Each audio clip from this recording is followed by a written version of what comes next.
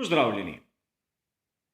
Dogodki iz velike nagrade Avstrije, kar se tiče tistih dosojenih kazni, še zmeraj odmevajo.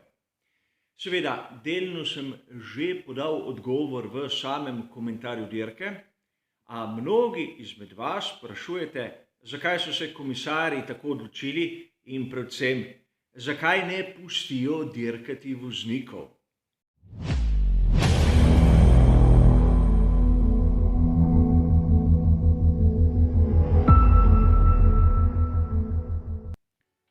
Seveda, najprej sem dolžen opravičilo. Namreč zadeve, ki se zdijo meni same po sebi umevne, se lahko marsikomu ne. In zato se bomo danes zopet vrnili k tej tematiki, kjer bom skušal malce bolj poglobljeno predstaviti moje osebne argumente. Čeprav so v nasprotju s tistim, kar je povedal marsikdo znan. A najprej se moramo ustaviti pri vlogi samega komisarja. Vloga komisarja je ta, da skrbi za to, da se pravila spoštujejo. Ni komisar tisti, ki se izmišljuje, kaj je prav in kaj ne. Komisar je tisti, ki določa, ali dogodki na progi ustrezajo ali ne tistemu, kar je napisano na primer v športnem pravilniku Formule 1, ali, kot bomo videli tokrat, v mednarodnem športnem kodeksu. In mislim, da nam mora biti to jasno. Če pogledamo vse tri kazni, tista poročila, bomo videli, da so identična.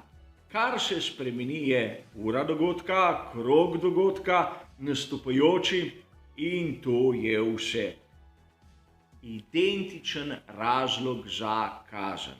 Namreč kršenje pravila, ki je zapisana v dodatku L, 4. poglavju, 2. členu Mednarodnega športnega kodeksa. Torej, komisarji, ko so se odločili za kazen Landu Norrisu in dvojni kazni Sergiju Perezu, so imeli neko osnovo. Vkolikor vidimo tisti tweet Jeremyja Clarksona, kateri se je znašel nad komisarji, lahko kaj hitro ugotovimo, da Clarkson razen svojega pametovanja ni navedel niti enega razloga, zakaj misli, da je bila odločitev napačna. Pač on se z njo ni strinjal in zato je to svoje nestrinjanje izrazil. A vsi mi se lahko najprej vprašamo, kdo je Clarkson, kdaj je dobil superlicenco in koliko pozna pravilnik Formule 1. Seveda, marsikomu izmed navdušencev in navijačev odločitev ni bila všeč. A če odločitev nam osebno ni všeč, to še ne pomeni, da je napačna. Tudi meni ni všeč marsikatera odločitev, a potrudim se dati argumentacijo. Nekaj, kar Clarkson in mnogi drugi, ki so na široko govorili o teh odločitvah, niso predstavili. Komisarji so. In sedaj se bomo vrnili pravzaprav na tisti 2. člen 4. poglavja dodatka L športnega pravilnika. Namreč v mednarodnem kodeksu, ki velja v vseh kategorijah motošporta pod okriljem FIE, je lepo zapisano v zgoraj citiranem členu, kaj se lahko počne na progi. In tu lepo piše, da nasprotnika ne smeš izrivati. Poleg tega v istem členu tudi piše, da se lahko menja samo enkrat smer, ko se brani. Pravilo, ki ga citira marsikdo, ki je bil kritičen do te odločitve. Ampak, če velja del člena, ki nam je všeč, velja tudi del člena, ki nam ni všeč. In tega se moramo zavedati. Torej, tu mislim, da argumentacija Clarksona in njemu podobnim ne zdrži kritike. Seveda, komisarji, ki so proučevali ta primer, so lepo povedali, da sta bolida vozila vzporedno in tu se bomo vrnili k tistemu, kar sem povedal v samem komentarju dirke. Zopet tisti dve maketi, zopet si predstavljamo ovinek v desno in zopet situacijo, kjer vidimo, da sta bila usporedno, ampak ker gre za ovinek, ker je v tem primeru Ferrari Elena Prosta bil na zunanji strani in ker je po zunanji strani imel daljšo pot, je bil za trenutek pred svojim nasprotnikom.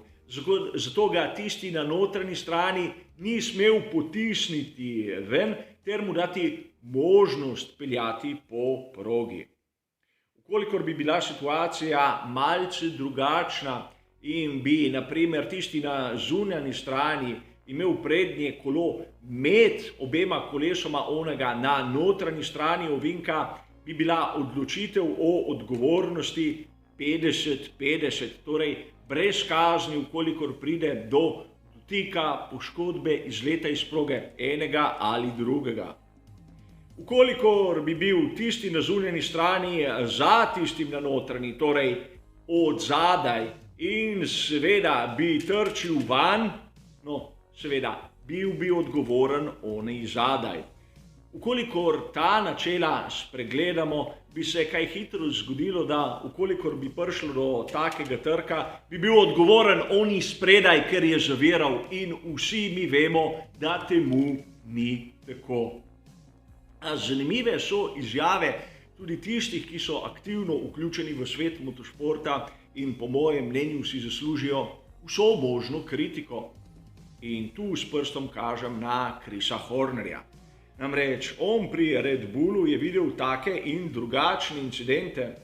Zato primerjati situacijo, ki smo jo videli v Avstriji, naprimer z nogometom, kjer priznam, nisem vešč, mislim, da ni umestno. Namreč povedal je, da v primerih, kot smo jih videli v Avstriji, gre ta odločitev komisarja za nevaren precedens.